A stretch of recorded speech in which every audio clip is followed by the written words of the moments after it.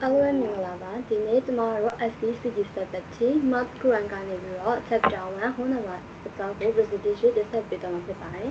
presentation နဲ့စတင်မှာအဖို့ဝင်ပါတွေကိုမိတ်ဆက်ပေးသွားပါမယ်အဲ့ဒါကတော့မဖူဖူခေတာနဲ့ပြီးတော့မမေဖူတက်ခိုင်နဲ့ကျမဆွေးနွေးဆိုရဖြစ်ပါတယ်ရှင်ဒီ slide မှာကျတော့ကျမတို့အဖွဲ့ကနေပြီးတော့တင်ဆက်ပေးသွားမယ့်အကြောင်းအရာတွေဖြစ်ပါတယ်အဲ့ဒါကတော့ anesthetic whole numbers place barum reading and writing whole numbers, operation with whole numbers, adding whole numbers, subtracting whole numbers, multiplying whole numbers, dividing whole numbers, rounding whole number, estimating whole number, critical analysis, conclusion, နောက်ဆိုတော့ Q&A session ပဲပါရှင်။ Next slide ကိုတော့မဖူဖူဟေတာညာကနေပြီးတော့တင်ဆက်ပေးသွားမှာဖြစ်ပါတယ်။ understanding whole number အကြောင်းပြောပြသွားမှာဖြစ်ပါတယ်။ whole number ဆိုတာကတော့အပြည့်ကိန်းပဲဖြစ်ပါတယ်။အပြည့်ကိန်းများမှာဆိုရင်တော့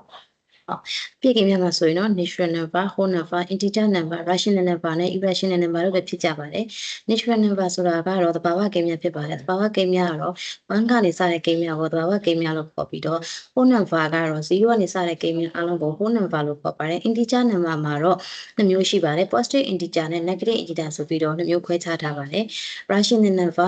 number ကတော့အပိုင်းကိန်းများနဲ့တသမကိန်းများဖြစ်ကြပါတယ်။ irrational number ကတော့အဆုံးမရှိပြတဲ့တသမကိန်းများပဲဖြစ်ကြပါတယ် place value ဆိုတာကတော့ကိန်းတစ်လုံးရဲ့နေရာတန်ဖိုးကိုပြသရခြင်းဖြစ်ပါတယ် next slide please largest number ဆိုတာကတော့ပိုကြီးတဲ့ကိန်းဂဏန်းရဲ့ရှေ့မှာကွန်မာတစ်ခါကုတ်ပေးရပါတယ်ဥပမာအဖြစ်10ဆိုရင်တော့ခုဆိုရင်တော့1 10ဆိုရင်တော့10ရာဆိုရင်တော့100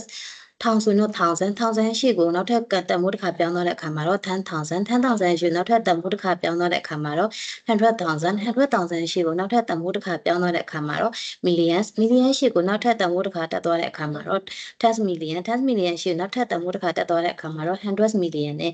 100 million ရှိကိုနောက်ထပ်တန်ဖိုးတစ်ခါတက်သွားတဲ့အခါမှာတော့ billion ဆိုပြီးတော့ခေါ်ကြပါတယ်ကိန်းသုံးလုံးတစ်ခါပြောင်းလဲသွားပြီးတိုင်းကိုမှတစ်ခါကုတ်ပေးရပါမယ် number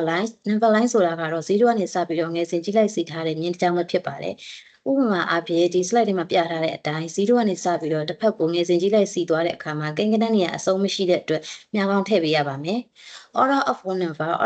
number ဆိုတာကတော့ကိန်းဂဏန်းတွေကိုဘယ်ကဏန်းကတော့ကြီးတယ်ဘယ်ကဏန်းကတော့သေးတဲ့နေရာမှာနှိုင်းယှဉ်ပြတဲ့နေရာမှာ greater than နဲ့ less than နဲ့ဆိုပြီးတော့အသုံးပြုပေးရပါမယ်ဒီ slide ထဲမှာပါတဲ့ဥပမာအဖြစ်2958က2426ထက်ကြီးတဲ့အတွက် greater than နဲ့ဖော်ပြထားပြီးတော့2426က2958ထက်ငယ်တဲ့အတွက် less than နဲ့ဖော်ပြပေးရပါမယ် next slide please reading and writing whole number reading and writing whole number ဆိုတာကတော့ကိန်းဂဏန်းများကိုတစ်ခုတည်းပေါ်တဲ့ကိန်းဂဏန်းများကိုရေးတဲ့အခါမှာကြားထဲကနေ hyphen လေးခံပေးရပါမယ်ဥပမာအဖြစ်32ဆိုရင်30နဲ့2ကြားမှာ hyphen လေးကိုခံပြီးအသုံးပြုပေးရပါမယ် US နည်းနဲ့အသုံးပြုမယ်ဆိုရင်တော့ ANDN အသုံးပြုစရာမလိုဘဲနဲ့ comma ပဲအသုံးပြုပေးရပါမယ် UK နည်းနဲ့အသုံးပြုမယ်ဆိုရင်တော့ ANDN ထည့်ပြီးအသုံးပြုပေးရပါမယ် US နည်းနဲ့အသုံးပြုမယ်ဆိုရင်တော့ဥပမာအဖြစ်1,697,000,900လို့ပြီးတော့အသုံးပြုပြီးလို့ရပါတယ်နောက်ထပ် slide တစ်ခုကိုတော့မေဖူးတက်ခိုင်ရမယ်ရှင်းပြပေးတာမှာဖြစ်ပါတယ်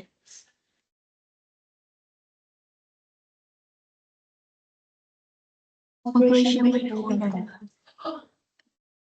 ဒီလိုမျိုးတွက်ချက်တဲ့နေရာမှာဆိုရင်ဒီလိုမျိုးတွက်ချက်တဲ့နေရာမှာဆိုရင်အပေါင်းနှုန်းမြောက်စားဆိုပြီးတော့ဒီမျိုးဖွဲ့ခြားထားပါတယ်ပထမတစ်ခုကတော့ add whole number ကကိန်းနှလုံးတော်မှုနှလုံးထပ်ပို့တဲ့ခဏန်းတွေကိုပေါင်းခြင်းကိုခေါ်တာဖြစ်တဲ့စင်မိုအနေနဲ့ plus နဲ့ဖော်ပြပါတယ်ပုံမှာဆိုလို့ရှိရင်9နဲ့4နဲ့ပေါင်းမယ်ဆိုလို့ရှိရင်တော့9နဲ့4ကို add ends လို့ခေါ်ပြီးတော့သူနှစ်ခုရဲ့ပေါင်းလက်73ကိုတော့ set down မှုတိုတယ်လို့ခေါ်ပါတယ်some properties of addition မှာဆိုလို့ရှိရင်တော့ quantitative တွေသုံးမှုတွေ့ရမှာဖြစ်ပါတယ်ပထမတစ်ခုကတော့ commutative properties of addition သူ့ကိုညီမျှခြင်းအနေနဲ့ a plus b equal to b plus a နဲ့ဖော်ပြပါတယ်သူက associative property of addition အပေါင်းဖက်ဆက် quantitative သူ့ကိုညီမျှခြင်းအနေနဲ့ a plus b plus c equal to a plus b plus c နဲ့ဖော်ပြပါတယ်နောက်ထပ်တစ်ခုကတော့identity additive identity property 2ကိုတော့ညီမျှခြင်းအနေနဲ့ a plus 0 equal to a နဲ့ဖော်ပြပါတယ် next slide please subtractive whole number ကိန်းလုံးကိုနှုတ်မယ်ဆိုsubtractive whole number ကတော့ကိန်းစလုံးကိုနှုတ်ခြင်းဖြစ်ပါတယ် symbol အနေနဲ့ minus နဲ့ဖော်ပြပါတယ်ပုံမှာဆိုလို့ရှိရင်စနစ်ထဲက9နှုတ်မယ်ဆိုလို့ရှိရင်တော့စနစ်ကို minus လို့ခေါ်ပြီးတော့9ကိုတော့ subtract လို့ခေါ်ပါတယ်သူတို့နှစ်ခုတွေကနှုတ်လက်ကိုတော့ different လို့ခေါ်ပါတယ် subtractive number with 2 or more digit ကိန်းလုံးတော်မုံနှလုံးထပ်ပိုတဲ့ခဏလေးကိုနှုတ်မယ်ဆိုလို့ရှိရင်နေရာရဲ့တန်ဖိုးတွေကိုညှိပြီးတော့ညာဘက်ကနေဘယ်ဘက်ကိုနှုတ်ပေးရပါတယ်။ဒီစမယ်နေနဲ့လည်းပုံပြပြပါတယ်။ Next slide please. multiplying မှုနဲ့မှာကိန်းလုံးတွေကိုမြောက်ခြင်းကတော့ကိန်းခဏန်းတွေကိုထပ်ခါပေါင်းခြင်းနဲ့လည်းတူပါတယ်။သင်္ကေတအနေနဲ့တော့ raised dot into star တွေနဲ့ပေါ်ပြပါတယ်။ဥပမာအနေနဲ့2အမြောက်5ဆိုရင်2ကို5ကပေါင်းခြင်းဒါမှမဟုတ်9ကို2ခါပေါင်းခြင်းနဲ့လည်းညီပါတယ်။ပုံမှာဆိုရှင်2နဲ့6နဲ့မြောက်မယ်ဆိုရင်တော့2နဲ့6ကို factor လို့ခေါ်ပြီးတော့2ရဲ့မြောက်လက်စနစ်ကိုတော့ project လို့ခေါ်ပါတယ်။နောက်တစ်ခု some properties of multiplication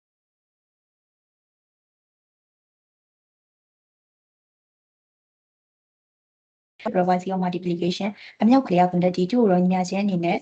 a into b equal to b into a နဲ့ဖော်ပြပါတယ် associative property of multiplication အမြောက်အဆက်ရ quantity ကိုတော့ညာချင်းအနေနဲ့ a into b into c equal to a into b into c နဲ့ဖော်ပြပါတယ်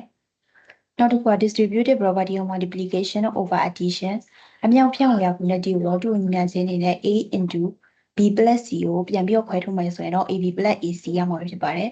identity property of multiplication အမြောက်ထပ်တူရ quantity ကိုညီမျှခြင်းအနေနဲ့ a into 1 equal to a နဲ့ဖော်ပြပါတယ်။နောက်တစ်ခုကတော့ multiplicative properties of 0 3မြောက်ခြင်း quantity ကိုတော့ညီမျှခြင်းအနေနဲ့ a into 0 equal to 0ပဲဖြစ်ပါတယ်။နောက် slide တစ်ခုတော့ Zoe Manzo ကရှင်းပြပေးတော့မှာဖြစ်ပါတယ်။ divided whole numbers divided whole number ဆိုတာကတော့အပြည့်ပေးတွေကိုစားစီဖြစ်တယ်ဒီအပြည့်ပေးတွေကိုစားတဲ့အခါမှာအပြည့်ပေးတွေကိုထပ်ခါနှုတ်ခြင်းနဲ့လည်းတူနေပါတယ်သူ့ကိုစစ်ပေါ်အနေနဲ့အစားလက်ခံတာပြီးတော့ division bracket ဒါမှမဟုတ် fraction စတဲ့တိကျတွေကိုတုံ့ပြလို့ရပါတယ်ဒီမှာဆိုရင်ဒီကေကို dividend စာကေကို divisor ပြီးတော့ရလာတဲ့စာလက်ကို quotient လို့ခေါ်ပါတယ်အတွင်းကို remainder လို့ခေါ်ပါတယ် division and 0ဒီမှာဆိုရင်0ကိုကြည့်ပေးထားပြီးတော့အခြားကိန်းဂဏန်းတစ်ခုနဲ့စားတဲ့အခါမှာဆိုရင်3ညပဲပြန်ရမှာဖြစ်ပါတယ်။နောက်တစ်ချက်ကအအခြားကိန်းဂဏန်းတစ်ခုကိုကြည့်ပြီးတော့0နဲ့စားတဲ့အခါမှာဆိုရင်တော့ answer 5သို့မဟုတ် 5ရရှိမှာဖြစ်ပါတယ်။သူရဲ့အဓိပ္ပာယ်ကတော့ no answer no solution ဖြစ်ပါတယ်။ order of operation ဆိုတာကတော့ပိုးစာတစ်ပုဒ်တွေ့တဲ့အခါမှာဘယ်ကနေပြီးတော့စတွေ့ရမလဲဆိုပြီးတော့စားတွေ့ရမလဲဆိုတာကိုကြည့်ပြီးတော့တွေ့ရတာဖြစ်ပါတယ်ပထမဦးဆုံးအစစ်ကတော့ parenthesis ဆိုတာကတော့လက်သေးကွေးတော့ကွေးစားတဲ့ကွေးတွေကိုပြောတာဖြစ်ပါတယ်ပထမဦးဆုံးအစစ်အနေနဲ့ဒီ parenthesis ကိုတွေ့ပြရပါတယ်ဒုတိယအစစ်အနေနဲ့ကျတော့ is for နဲ့ပို့ဆောင်မှာထညုံကြီးတွေပါလာတဲ့ခါကျရင်တော့အဲ့ဒီထညုံကြီးကိုဒုတိယအစစ်အနေနဲ့တွေ့ပြရပါတယ်နောက်တစ်ခုကကျတော့ multiplication or division တတိယအနေနဲ့အမြောက်အစားနှစ်ခုရဲ့တစ်ခုပါလိုက်ဒီဆိုရင်တော့သူတို့နှစ်ခုရင်တွေ့ပြရပါတယ်နောက်ဆုံးအနေနဲ့ကျတော့ addition or subtraction နောက်ဆိုတော့အပေါင်းနဲ့အနှုတ်ကိုတွေ့ပြရမှာဖြစ်ပါတယ်ရှင်ဒီကတော့ဥပမာလေးနဲ့ဖော်ပြပေးထားဖြစ်ပါတယ် routing whole numbers ဆိုတာကတော့ကိကိနဲ့တစ်ခုခုကိုအနည်းဆက်ဆိုယူပြီးတော့အသုံးပြုရတာဖြစ်ပါတယ်ဒီအသုံးပြုခြင်းမှာဆိုရင် step အစနှစ်ခုရှိပါတယ်ပထမတစ်ခုကတော့ကိုအသုံးပြုမဲ့ကိကနန်းက9နဲ့ညီရဲ့သို့မဟုတ်9ထက်ကြီးနေတဲ့ကဏ္ဍဖြစ်တဲ့ဆိုရင်အရှိကဏ္ဍကိုတစ်တိုပေးရပါတယ်။နောက်တစ်ချက်ကတော့9ထက်ငယ်နေရဆိုရင်တော့တုံညထားပေးရမှာဖြစ်ပါတယ်။အောက်ကဥပမာမှာဆိုရင် to the nearest 10 847 840ခေါ်ကို nearest 10ယူတဲ့အခါမှာ10နေရာရဲ့နောက်ကခုနေရာကိုကြည့်ပေးရပါမယ်။ခုနေရာက9ထက်ကြီးရဲ့9ဖြစ်တဲ့အတွက်ကြောင့်မို့အရှိကိုတစ်တိုပြီးတော့850ထားပေးရပါတယ်။ estimating with whole numbers estimate လို့တဲ့ဆိုတာတော့အနည်းဆက်ဆိုရရတာဖြစ်တယ်ယူတဲ့အခါမှာအတိအကျမဟုတ်ရင်တောင်သူနဲ့နီးစပ်တဲ့ကဏ္ဍတစ်ခုယူပေးရမှာဖြစ်ပါတယ်ဒီ estimation မှာဆိုရင်ခုနကလို့9ထည့်ငယ်တဲ့ကဏ္ဍတွေ0 1 2 3 4စတဲ့ကဏ္ဍတွေပါလာတဲ့အခါကျရင် router လို့ပေးရတယ်တုံညထားတဲ့အခါမှာ router လို့ပေးရတယ်လို့ခေါ်ပါတယ်ပြီးတော့9နဲ့ညီရဲ့သို့မဟုတ်9ထည့်ကြည့်တဲ့ကဏ္ဍတွေ5 6 7 8 9ဆိုင်ကနားရပါတဲ့ခါကျရော route out လို့ပေးရပါတယ်။ next slide ကိုတော့မဖူဖူဟိတန်များလေးပဲတက်ဆက်ပြသွားမှာဖြစ်ပါရှင်။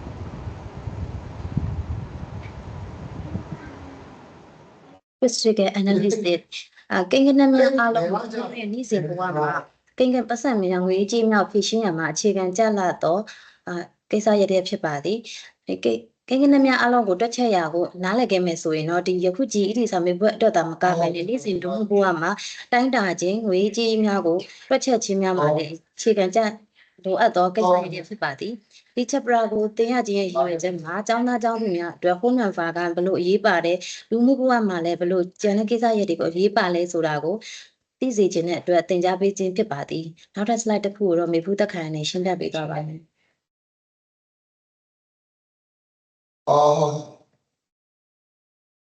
conclusion ဒီကောချုံအနေနဲ့အပေါင်းပါဆိုလို့ရှိရင်ကိန်းနှလုံးပေါင်းမယ်ဆိုရင်တော့အဲ့ကိန်းနှလုံးကို S လို့ခေါ်ပြီးတော့သူနှစ်ခုရဲ့ပေါင်းလောက်ကိုတော့ sum လို့ခေါ်တယ်အနောက်မှာဆိုလို့ရှိရင်ရှေ့ကိန်းကို minus လို့ခေါ်ပြီးတော့ subtract လို့ခေါ်ပါတယ်သူတို့နှစ်ခုတွေကနှုတ်လောက်ကို different လို့ခေါ်ပါတယ်အမြောက်မှာဆိုလို့ရှိရင်တော့ကိန်းနှလုံးမြောက်လောက်ကိုအဲ့ကိန်းနှလုံးကိုတော့ factor လို့ခေါ်ပြီးတော့ကိန်းနှလုံးမြောက်လောက်ကို product လို့ခေါ်ပါတယ်အစားမှာဆိုလို့ရှိရင် dividance ကိုဒီပြီးတော့ divisor နဲ့စားမယ်ဆိုလို့ရှိရင် quite စီတိုင်းရပြီးတော့သူတို့တွေကရလာတဲ့အကျွန်းကို remainder လို့ခေါ်ပါတယ်ကိန်းနှလုံးညီကိုတစ်ချက်ပဲဆိုလို့ရှိရင် sentence နည်းလမ်းကိုသုံးပြရပါတယ် P ရဲ့အရှိကောက်ကတော့ parenthesis E ရဲ့အရှိကောက် exponent